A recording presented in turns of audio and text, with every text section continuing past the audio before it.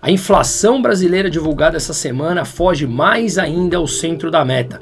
O que poucos sabem é que o governo tira vantagem disso. Ele pode pagar a sua dívida gerando inflação, tirando o nosso poder de compra. Mas em meio a tudo isso, ainda conseguimos encontrar oportunidades? Há alguns sinais positivos? Vamos entender detalhadamente.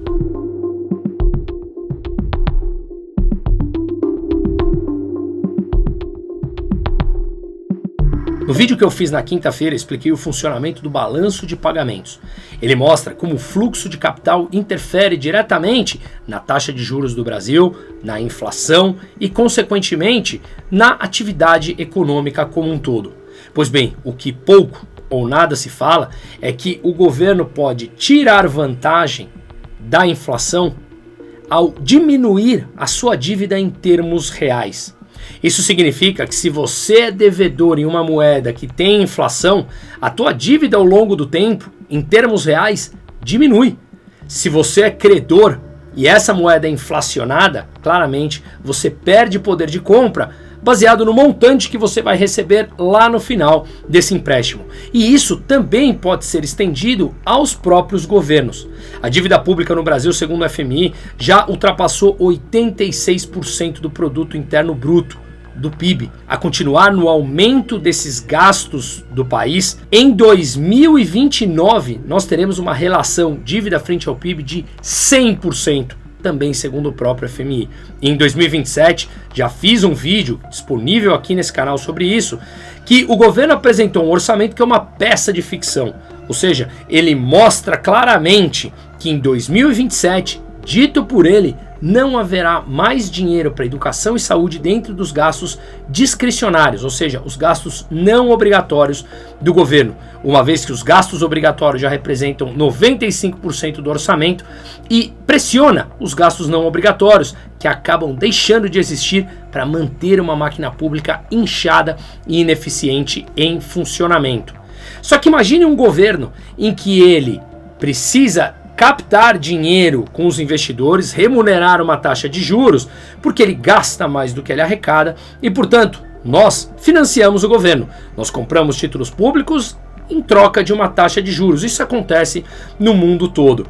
Na verdade, se um governo como o americano ou outros países que têm grande parcela da sua dívida pública atrelada a uma taxa pré-fixada, ou seja, você comprou um título público americano e você sabe qual taxa anualmente ele vai te remunerar, não é variável, é uma taxa fixa, o governo consegue ter uma previsibilidade de quanto ele vai pagar. E por que um governo consegue captar mais com taxa pré-fixada?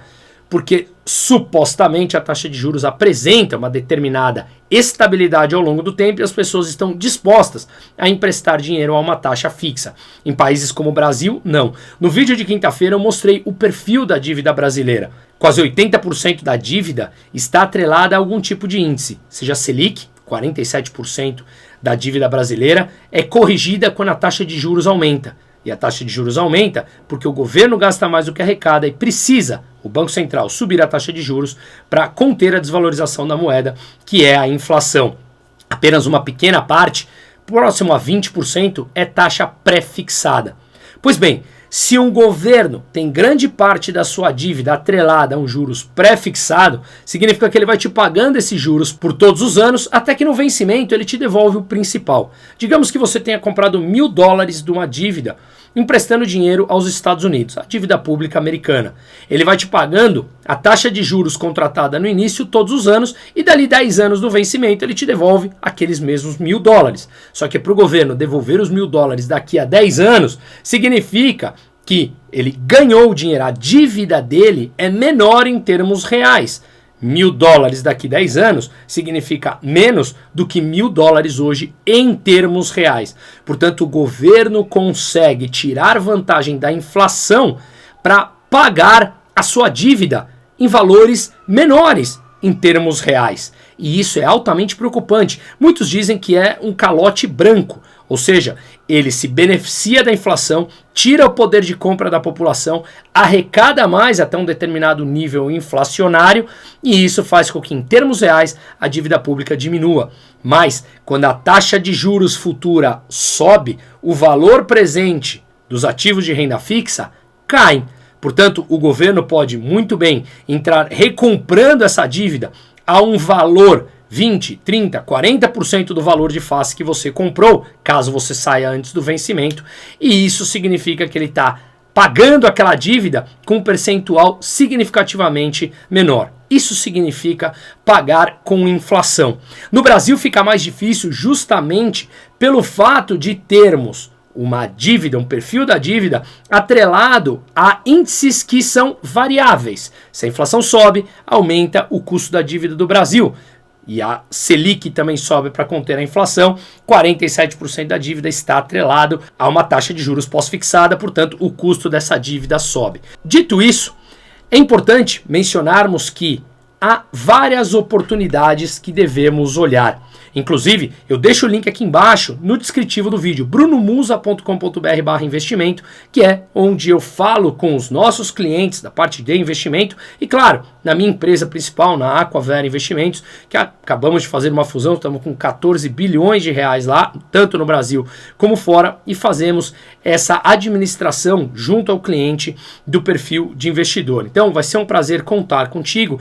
E para aqueles que são clientes da Aquavera, comigo ou com o meu time, eu passo através desse site um código, e nesse código você tem um acesso à comunidade Liberdade Sem Fronteiras, que é a comunidade que nós discutimos no grupo de WhatsApp. Eu diretamente conduzo as conversas, debates sobre investimentos, política, geopolítica e mais. Contaremos a partir da semana que vem com Stephanie Sampaio, que é uma advogada atuando dentro do Congresso Nacional, trazendo informação que não querem que chegue até a gente. E claro, aqui no canal aberto, infelizmente no Brasil de hoje a gente não pode falar. Portanto, para continuar conseguindo entregar todo esse conteúdo, que tem também todos os meus documentários, bastidores dos meus documentários em vários países e nos próximos, eu te convido a fazer parte, participar do nosso canal da Liberdade Sem Fronteiras. Que, repito, muitas coisas que não podemos postar aqui. Dito isso, seguindo com o dado de inflação que tivemos essa semana no Brasil. O IPCA, o principal índice de inflação no Brasil, subiu 0,43 no mês de abril, puxado por alimentos e medicamentos. Claro, se olharmos no site do IBGE, eles vão falar que inflação é o nome dado ao aumento dos preços de produtos e serviços. Isso é o resultado, é a consequência da desvalorização da moeda, que é a perda do poder de compra. Ou seja, a moeda vale menos, os preços estão mais altos porque você precisa de mais unidades monetárias para comprar o mesmo bem e o mesmo serviço. E lembremos, quem tem o monopólio da moeda é o governo. Quando ele gasta mais do que arrecada, a moeda perde valor, portanto, mais inflação. Aí temos o responsável sempre.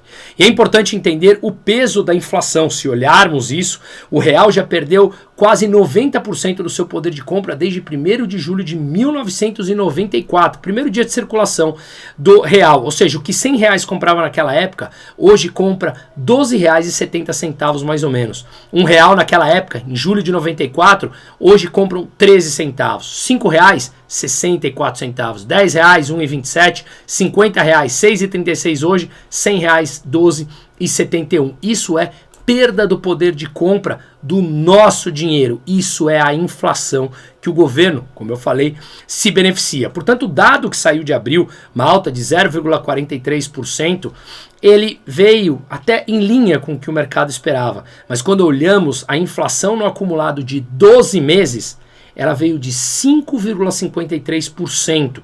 Vale lembrar que a meta é de 3%. Estamos quase no dobro da meta. Isso foi avisado nos últimos 2 anos por conta dos gastos exacerbados governamentais que levam, sim ou sim, à desvalorização da moeda, principalmente quando esse ciclo econômico não é de hoje. Ele começou lá atrás, nos primeiros anos do governo petista, gastando mais do que arrecadava. Quando passou a ter superávit, usou isso para corrupção, não usou para aquilo que deveria ter sido usado, aumentar a produtividade na sociedade. Portanto, chegamos agora com uma dívida PIB quase 90%, essa relação, e claramente esse ciclo econômico está chegando num esgotamento. E o mais importante é que essa inflação foi pressionada por alimentos e bebidas e saúde e cuidados pessoais. Veja só, nesse grupo nós vemos todos os subitens que completam o dado de inflação. Cada um tem um peso dentro desse índice que traz esse resultado compilado de 5,53% em 12 meses. Quando olhamos aqui alimentação e bebidas, que é o que tem maior peso, ele subiu em abril 0,82%, saúde 1,18%. Mas quando nós olhamos em 12 meses, o grupo de alimentação subiu quase 8%. É muita coisa. Vale lembrar que isso atinge principalmente aos mais pobres, que consomem grande parte da sua renda para o básico que precisa para sobreviver: alimentação e residência, como acabamos de ver que também subiu. Portanto, você gasta grande parte daquilo que você ganha em alimentação, que nos últimos 12 meses subiu 8%. E muitos vão dizer, ora, mas o salário mínimo sobe acima da inflação, acima do índice oficial de inflação. E quando sobe acima do índice de inflação, que o governo inclusive teve que mudar a regra que ele mesmo implementou de correção real do salário mínimo, porque quando ele sobe o salário mínimo na canetada sem aumentar a produtividade, aumenta os gastos com aposentadoria, pensão, benefício de prestação continuada, Bolsa Família, que são todos corrigidos pelo salário mínimo. Isso leva a um maior endividamento público, maior desvalorização da moeda, mais inflação, taxa de juros mais alta, que acaba comprimindo a economia, desacelerando a economia. Portanto, esse dado ele é preocupante e ele afeta diretamente aos mais pobres. Agora, vale lembrar que alguns alimentos são commodities e eles podem ter o efeito do dólar, como o trigo. E aqui esse governo pode contar com a sorte novamente, mas eu acho que ele já passou do ponto. Falaremos agora, daqui a pouquinho, no final. Se olharmos aqui, por exemplo, o gráfico do preço do trigo, que é uma commodity cotada em dólar, a gente vê que no último ano ela caiu quase 26%. Quando olhamos o preço do petróleo, que influencia o preço diretamente da Petrobras, de gasolina, por exemplo, também teve uma queda de quase 26% no último ano no barril do petróleo. Olhamos o índice futuro da gasolina, também uma queda de mais ou menos 15%, 16% no último ano. E isso favorece ao governo, uma vez que a Petrobras não precisa, estava na iminência de ter que subir os preços novamente internos de gasolina e diesel, o que pressiona mais ainda a inflação. Quando as commodities caem lá fora, o Brasil pode respirar um pouco, porque a Petrobras não precisa subir o preço do litro da gasolina para as distribuidoras e, consequentemente, afeta a inflação. Então, o governo contando com a sorte, mesmo fazendo toda a irresponsabilidade fiscal que eles fazem. E ainda mais, em meio a tudo isso, o real se valorizou dos 6,30 do final de dezembro do ano passado, de 2024, para os atuais 5,60 agora. Ora, Bruno, mas em meio ao caos, em meio a esse gasto exacerbado do governo, aumento do déficit, como é que o real se valorizou? É o que eu sempre falo nos debates ali no chat do WhatsApp que eu os convidei para entrar. E deixei o QR Code na tela, aproveito para deixar aqui novamente. Separemos o emocional do racional. Como o gringo está olhando, como está o preço do Brasil. E já está projetando, dada a baixíssima popularidade desse governo, uma mudança para 2027. E isso pode ser uma mudança importante. O mercado antecipa esses valores, tenta antecipar esses fatos e, consequentemente, o Brasil está muito barato. Quando olhamos o preço sobre lucro que está sendo negociado a Bolsa Brasileira frente a outras bolsas no mundo, estamos uma das mais baratas, 7 vezes preço sobre lucro. Quando a gente pega a Bolsa Americana, por exemplo, a 21 vezes preço sobre lucro, mesmo depois dessa correção. Significa que o Brasil está barato, mas não significa que necessariamente irá subir. Tudo que está barato pode ficar ainda mais barato. Tudo que subiu muito pode subir ainda mais. Precisamos fazer a lição de casa, mas ao parecer uma mudança política para 2027, o mercado já está antecipando e nós vemos o índice Bovespa fazendo recordes esses últimos dias em real. Ao olharmos em dólar, estamos longe da máxima atingida ainda em 2028. E o que tende a piorar é que nesse último ano, para chegar à eleição e tentar recuperar a popularidade, o governo já vem acelerando com mais populismo.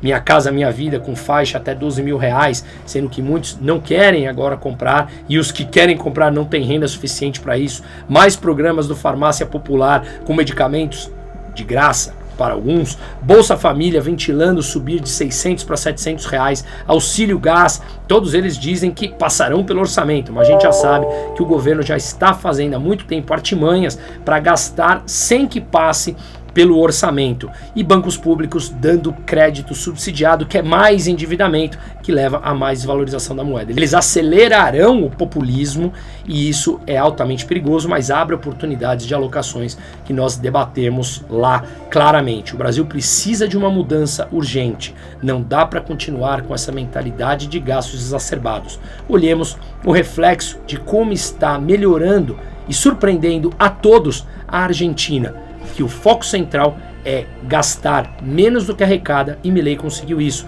trazendo superávit em todos os meses desde que ele assumiu, e a inflação se tornando muito mais controlada.